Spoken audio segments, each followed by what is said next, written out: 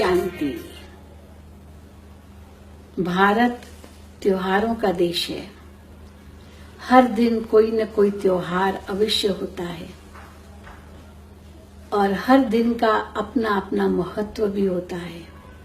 होली का त्योहार रंगों का त्योहार है। होली में बहुत खुशियां मनाई जाती है। होली 3 प्रकार से मनाई जाती है। एक है होली जलाने की होली, दूसरी होली है मनाने की होली और तीसरी होली है मिलन की होली। तो हम सच्ची होली मनाएं। केवल पुराने लकड़ियों को जला करके होली मनाना ये कोई बड़ी बात नहीं है। घर में पुराना फर्नीचर होता है, उसको जलाते हैं, समझते हैं कि होलिका को जलाते हैं। पर होलिका ये वास्तव में देखा जाए ये कलयुगी की पुरानी रात, यही होली है, यही होलिका है जिस होलिका को आग लगनी है और प्रहलाद जो भगवान का सच्चा बच्चा है उसकी जीत होनी है।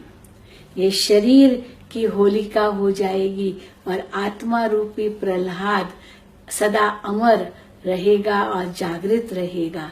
तो जलाना माना अपने अंदर की बुराइयों को जलाना, पापों को जलाना, ज्ञान को जलाना और जीवन में खुशी लाना, शक्ति भरना, शांति लाना, ये है वास्तव में जलाना। तो जब भी अग्नि जलाई जाती है तो अग्नि के अंदर बहुत गुण होते हैं। अग्नि के द्वारा वातावरण को भी शुद्ध किया जाता है। अग्नि कोई भी चीज को जलाती है, साथ साथ शुद्ध भी करती है, गलाती भी है, परिवर्तन भी करती है। ये अग्नि की विशेषता होती है। तो होली जलाना माना सारा जो कुछ भी पाप है या किचरा है या पूर्व का है वो सब जला देना। इसलिए कहते हैं होली माना जो बात गई, रात गई, बात गई, सब पास्ट खत्म हुआ, अब नया सवेरा आया। तो होली है एक जलाना। दूसरी होली होती है मनाना।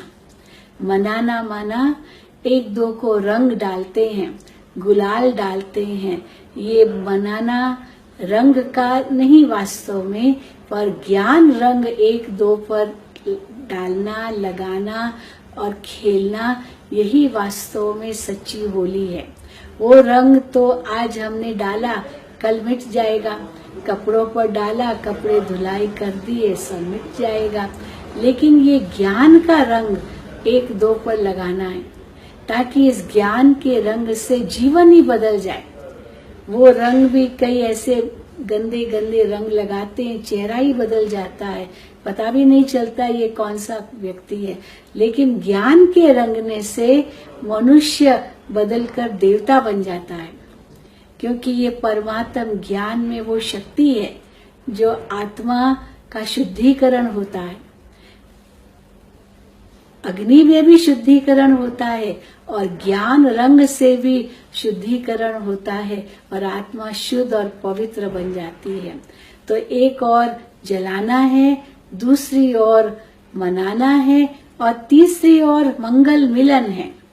क्योंकि जब हम पुरानी बातों को भूल जाएंगे, खत्म कर देंगे, अपने जीवन को ज्ञान के रंग से रंग देंगे, तो फिर खुशियां मनाना होगा।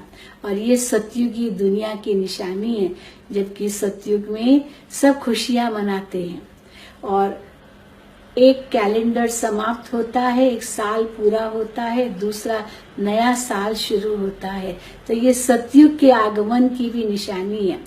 होली में चारों ओर बहुत हरियाली होती है, स्प्रिंग सीजन होता है, चारों ओर खेत लहलाते हैं, क्योंकि ये सतयुग की निशानी है। तो हम क्यों नहीं सच्ची सच्ची होली मनाएं, जिसमें 3 रूप से होली को समझे। एक होली है होली, पास्ट इज पास्ट, जो बीत गई वो बात गई, वो होली हो गई और उस होली को मनाने से कल की बात हमको याद नहीं करनी है, वो भूल जाना है, फुल स्टॉप लगा देना है। तो ये है होली सचमुच मनाना। और दूसरा होली है कि सच्चा पवित्र बनना। जितना हम जीवन में पवित्रता अपनाते हैं, होली बनते हैं, उतना ही ये संसार भी होली बन जाता है। तो होली जलाओ, होली मनाओ और होली बन जाओ, यही परमात्मा हमें कहते हैं।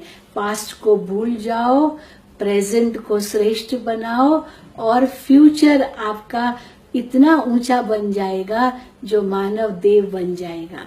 तो सतयुगी दुनिया के आगमन की ये निशानी है होली, जबकि रंग बिरंगी दुनिया इस संसार में फिर से आनी है और उन्हीं की खुशियों में हम होली मनाते हैं।